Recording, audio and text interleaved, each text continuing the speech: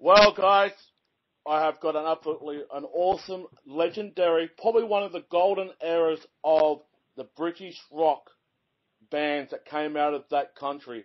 They were up there in the 70s with the big four. You had bands like Slade, you had bands like Black Sabbath, you had a band like Deep Purple. But I'm talking to a singer from Uriah Heep that joined the band in the 80s. I'm talking to Bernie. Good evening, Bernie from Australia. How you doing, Nate? It's only midday on a beautiful sunny afternoon here, but I know it's pretty late where you guys are. Yeah, just hitting 9 o'clock night time. England are playing the cricket here against India. It's all happening here in Australia, but we've got to keep it rolling. We've got to keep it moving a little bit. I want to talk about Uriah Heep. Uriah Heep are coming to Australia. Now, this is a band that have sold over 30 million albums worldwide. And last year, they just released their latest album that is just taken me by storm. And also, I've just played that album again for myself last night, mind you.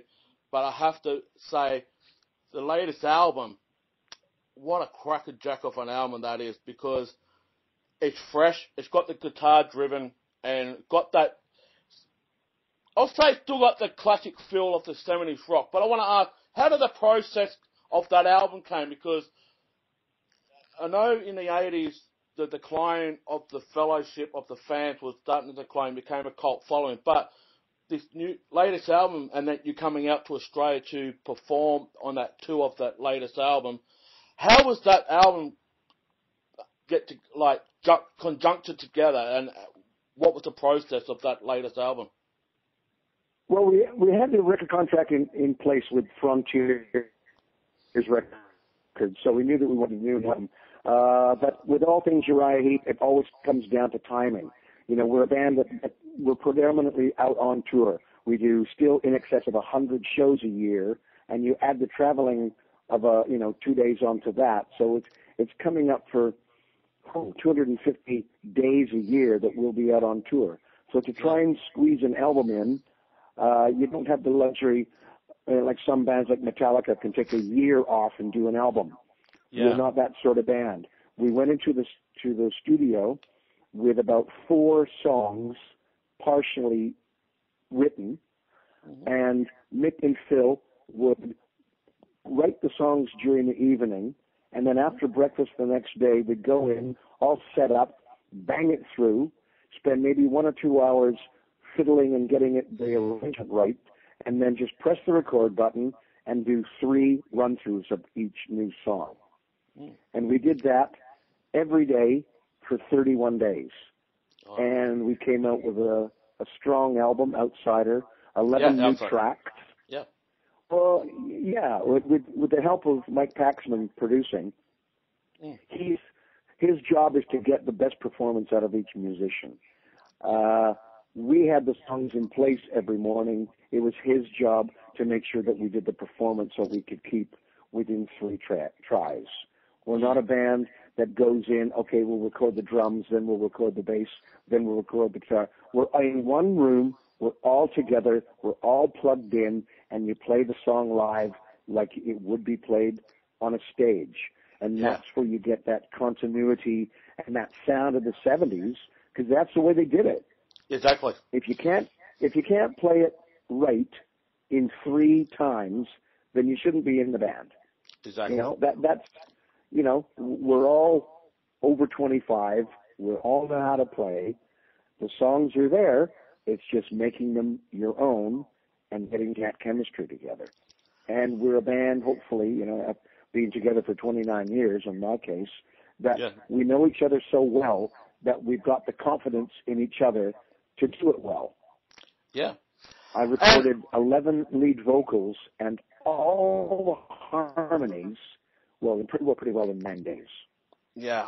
And I've got to say, with The Outsider, I'm just going to name some of my favourite tunes on that. You got Speed of Sound, which is the first single off the album.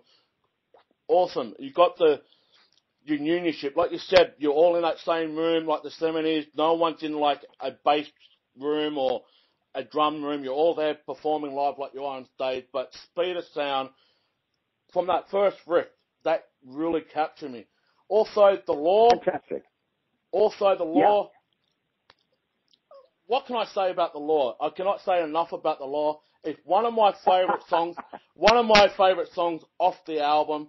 And just to round it out, because we're running out of time, we've got short space of time what we have here.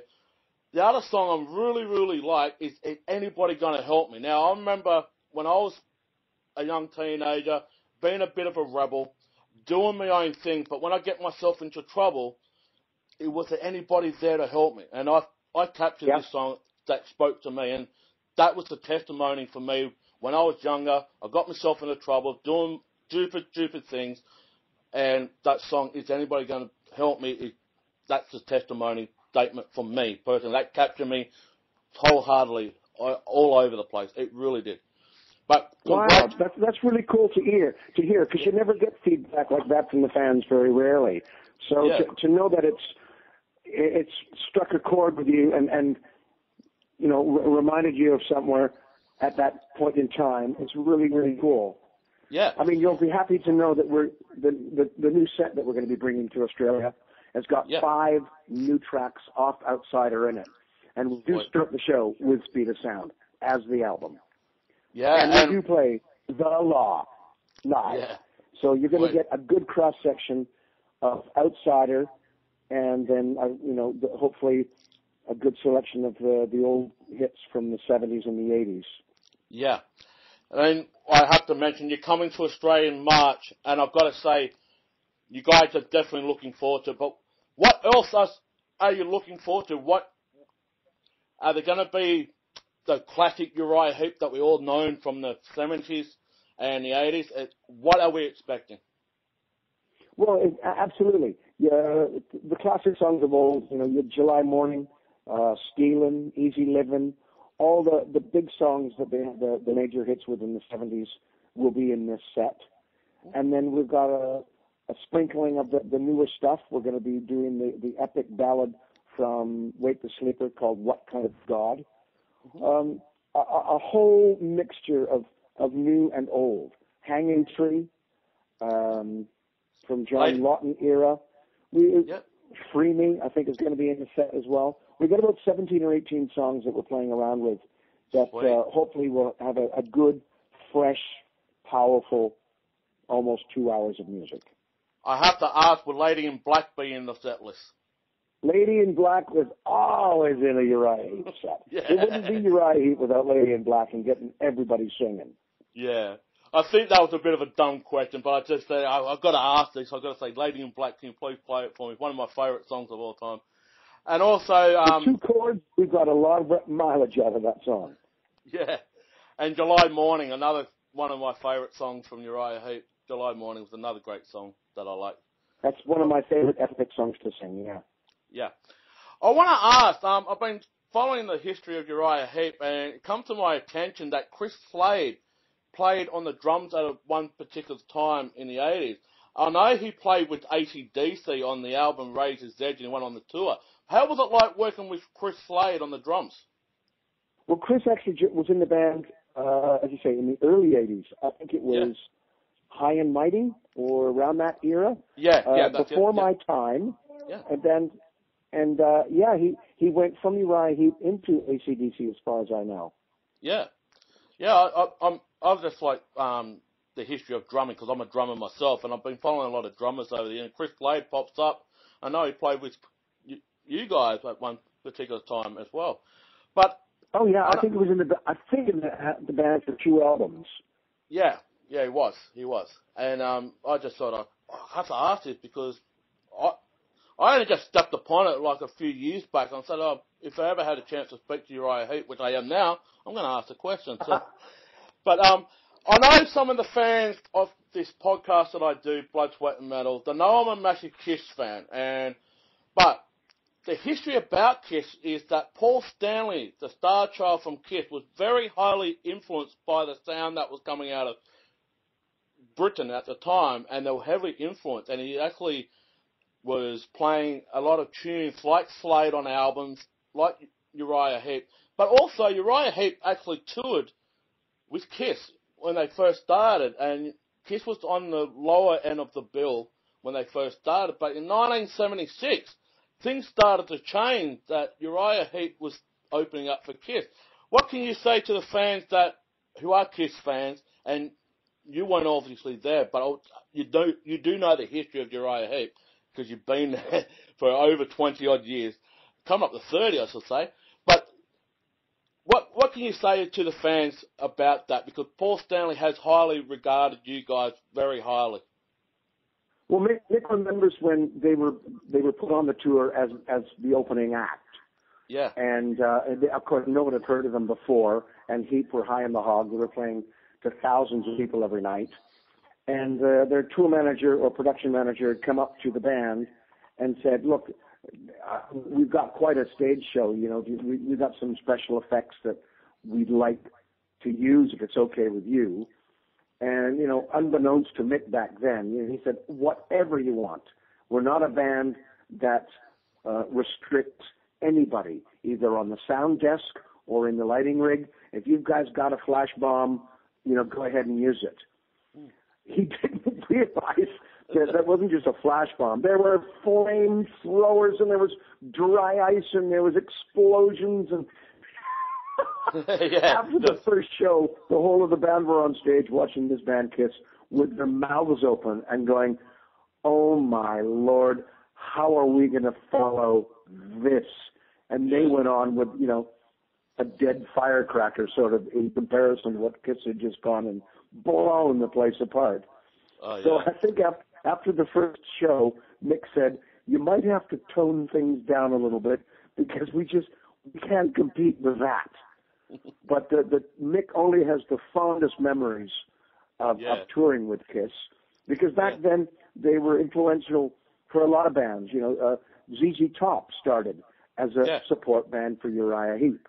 Yeah. Def Leppard was a support band for Uriah Heep. I love Def Leppard. Rick Allen was one of the influence of mine to do the drumming, from his story of losing his... Well, that I can do. He took electronic drums to a whole different level. He had all the major companies in the world coming up with new ideas for him to try. Wow, what an influence to have, because it came on leaps and bounds. All that there was before him was like the Simmons, and that was really it. Yeah. So Rick had all the big boys chasing after him, and power to him. He's a very, very good drummer. Yeah. I'm more of an acoustic drum enthusiast myself, but for electronic drums, he's got a great sound. Yeah, he has. And like I said, he influenced me to play the drum from his story of losing his arm and coming back into the band and still playing the way he is, even though he's lost his arm. But when I was the age of 10, I think it was just before Adrenalize, in between Hysteria and Adrenalize, I started to play the drums. And I started playing as a tenor drummer in a pipe band. And then I got onto a jazz band. Yes. And then now you're talking. Then I got into a jazz band. I got into a jazz band at high school, and then I went into a rock band and done a couple of demos, and it didn't fall through and whatnot. But now I'm doing a podcast now. But I do want to say this is all. All the time. All I got the time to say. Got now. I have 15 minutes. I'd love to talk to you. But guys, Uriah Heep are coming to Australia in March. Tickets are still available at all your ticket outlets, and please go out there and support live music, because without your support, bands like Uriah Heep can't come around very often anymore. But when they do, please go and get your tickets. And Uriah Heep are one of the legendary bands of all time. You've got to go out and check it. But Bernie, it's all the time we got for. We want to say thank you for joining us, and it's an absolute pleasure. Thanks very much, mate. It's been fun. I cannot wait to see you down here in Adelaide when you come on the bill. Hopefully it won't be disappointing. It's going to be good fun, mate. We've got a powerful set, and as you say, there's not many bands around of our style and our ilk that are still going out and doing it live. 5 guys sweating and playing. It's the way rock and roll should be. It is. All right, guys. Well, that's all we got time for. And Bernie, I will be there, and I'll be talking to you in person. Hopefully, talking to you in Fabulous. person. Come up and say hi and have a drink. We will. We will. All right. You take care. Okay. Thanks a lot, mate. Okay, mate.